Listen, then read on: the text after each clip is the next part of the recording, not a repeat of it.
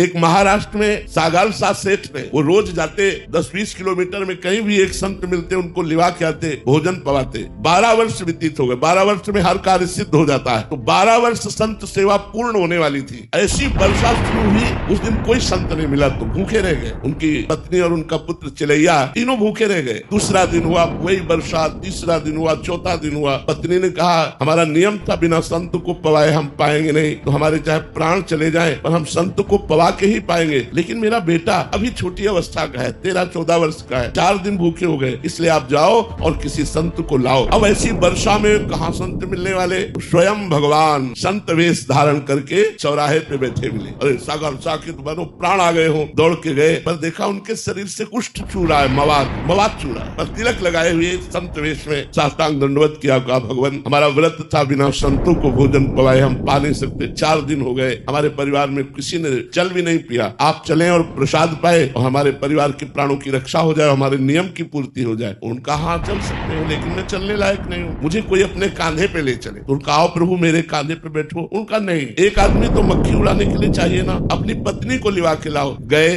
घर में पत्नी से कहा, पत्नी आई, जे ही वो बीभत्स रूप देखा, यहाँ घाव यहाँ घाव, मवाद चूरा है। और उसके मन में आया नहीं संत के प्रति दोष दर्शन नहीं करना, मुझे संत सेवा करनी, इसलिए बैठा ला। अब वो इतनी दुर्गंध भगवान ने बढ़ा दी कि दोनों पति पत्नी छोड़कर भाग जाए, लेकिन गोविंद गोविंद गोविंद एक एक कदम भगवान नाम जप करते हुए घर पहुंचे। उनको स्नान कराया, चंदन लगाया। उन्होंने फिर खीर पुआ ये अच्छे अच्छे पदार्थ सामने रखे। भगवान जो संत वेश में कुष्ठी रूप में थे, उन्होंने कहा खीर पकवान नहीं पाते। उनका प्रभु हम तो वैष्णव हैं, हमारे यहाँ तो प्याज लहसुन भी नहीं बनता, आप संत वेश में आए, आप भूखे वापस लौट जाएंगे, आप रुकिए, मैं कसाई वाले से मांस लेकर के आता हूँ। उन्होंने कहा नहीं, कसाई वाले का मांस नहीं चाहिए, हमें कसाई वाले का मांस नहीं चाहिए। यदि आप पवाना चाहते हो तो अपने पुत्र का मांस पवा दो। पत्नी की तरफ देखा और कहा ये क्या संत है, लेकिन संत पे दोष दर्शन करके या उनको भूखा वापस करके। उनका प्रभु यदि आपकी आज्ञा हो तो मैं अपने पुत्र की हत्या करूं और आपके लिए मांस बनाऊं। बोले मुझे इससे मतलब नहीं, मुझे पाना है, लेकिन यही घर में पाना है, बाहर से कुछ लाना नहीं। ये हुए अपने पुत्र की हत्या करने के लिए उद्यत हुए, ये भगवान प्रकट हो गए। उनका बस मैं यही देखना चाहता था कि संत के प्रति तुम्हारा कितना समर्पण है।